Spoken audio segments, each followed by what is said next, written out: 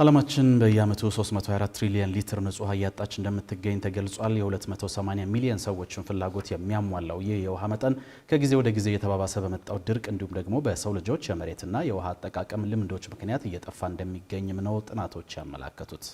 የከርሰ ምድር የውሃ ክምችቶች በፍጥነት እየተሟጠጡ መምጣታቸውን ያሳዩ የሳተላይት ምስሎችን እንዲሁም ኢትዮጵያ እያከናወነችው ባለው የአረንጓዴ አሻራ መርሃ ግብር ምክንያት ከመጥፋት መታደግ ስለተቻሉና የውሃ መጠናቸው እየጨመሩ ስለሚገኙ የውሃ አካላት አካታ ሪፖርተራችን ሊያ ክብሮም ዝርዝር አዘጋጅታለች። ብሩክ አስቀናው እንደሚከተለው ያቀርበዋል።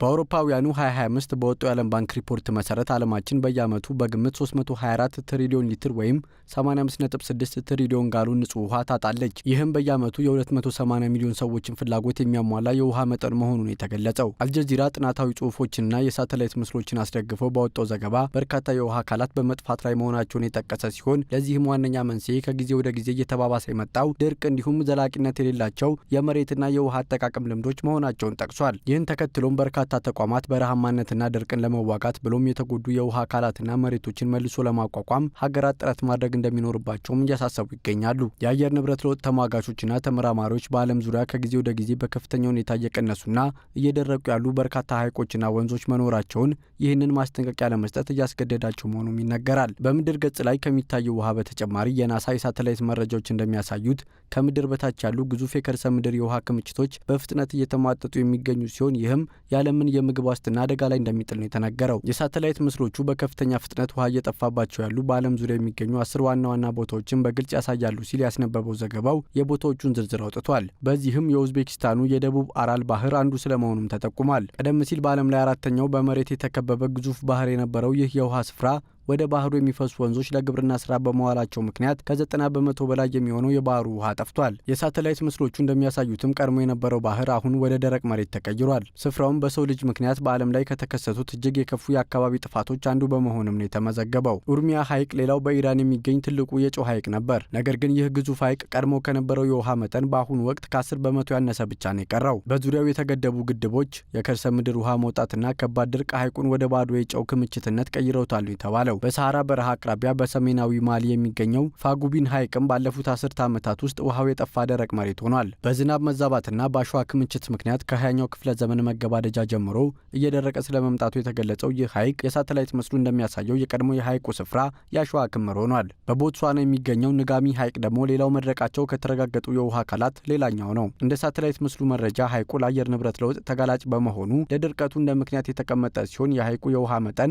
መጀመሪያ ላይ ወደ ረግረግነት ከዛም ሙሉ በሙሉ ወደ መድረቅ መቃረቡን የተነገረው። የሳተላይት ምስሎቹ እነዚህንና ሌሎች 10 የቀድሞ የውሃ ክፍሎችን ያመለከቱ ሲሆን ለድርቀታቸው መንስኤው በርካታ ስለመሆኑ የአልጀዚራ ዘገባ ያሳያል። የአየር ንብረት ለውጥ ዋነኛው መንስኤ ሲሆን ከፍተኛ የሙቀት መጠን ከሐይቆችና ከውሃ ማጠራቀሚያዎች የሚነሳውን ትነት መጨመሩንና ይህም ድርቅን እያስከተለ ስለመሆኑ ተነስቷል። በተለይም ከአማካይ በታች የሆነ የዝናብ መጠን ያላቸው ወቅቶች በተደጋጋሚ መከሰታቸው ወደ ወንዞችና ሐይቆች የሚፈሰውን የውሃ መጠን ቀንሶታል። በሌላ በኩል ውሃን ያላግባቡ መጠቀም ተፈጥሮ መልሳ ልትነካከው የማትችለው ክስተት እየፈጠረ ስለመሆኑም ተነግሯል።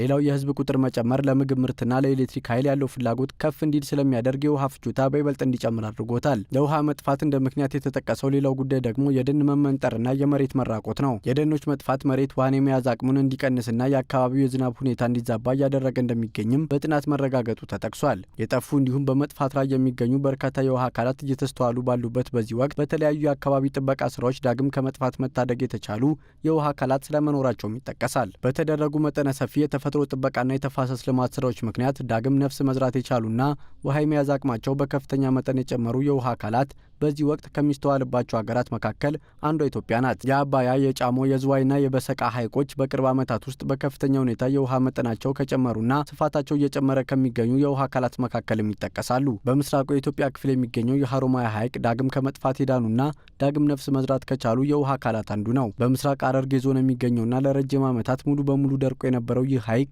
በአሁኑ ወቅት በአስደናቂ ሁኔታ አገግሞ ወደ ቀድሞ ይዞታው መመለስ ተችሏል። ሐይቁ በተለይም ከ1997 እስከ 2010 ዓ.ም መካከል ባሉት ዓመታት ውስጥ ሙሉ በሙሉ ከገጸ ምድር ጠፍቶ ወደ እርሻ መሬትነት ተቀይሮ የነበረ ቢሆንም ለዚህ መድረቅ ያለ ገደብ ውሃ መቅዳት፣ የደለል መከማቸትና የአካባቢ ብክለት ዋና ዋናዎቹ መሆናቸውም ጠቅሰዋል። ሀረማያ ዩኒቨርሲቲ ከሀገር ውስጥና ከዓለም አቀፍ ተራድኦ ድርጅቶች ጋር በተሰሩ ጥናቶችና በተወሰዱ እርምጃዎች ሐይቁ ወደ ቀደመው ይዞታው እንዲመለስ ማድረጉም ይነሳል። የሐይቁ የውሃ መጠን በየዓመቱ በ0.2 ሚሊዮን ሊትር ኪዩብ እያደገ መምጣቱ መረጃዎች ያሳያሉ። ይገኛሉ። ለሐይቆቹ ዳግም ነፍስ መዝራትና የውሃ መጠናቸው እንዲጨምር ለማድረግም በሀገር አቀፍ እየተሰራ የሚገኘው የአረንጓዴ አሻራ መርሃ ግብር ከፍተኛ አስተዋጽኦ ማድረጉንም በዘንድሮ የዚህ ንቅናቄ ማስጀመሪያ ወቅት የግብርና ሚኒስትሩ አዲሱ አረጋ ተናግረዋል።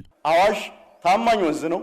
በጋ ላይ የፍሰቱን ሁኔታ ካየን አረንጓዴ አሻራ ከመጀመሩ በፊት የወንዙ የበጋ አማካይ ፍሰት 5 ሚሊዮን ሜትር ኪዩብ ፐር ሰከንድ ነው የነበረው።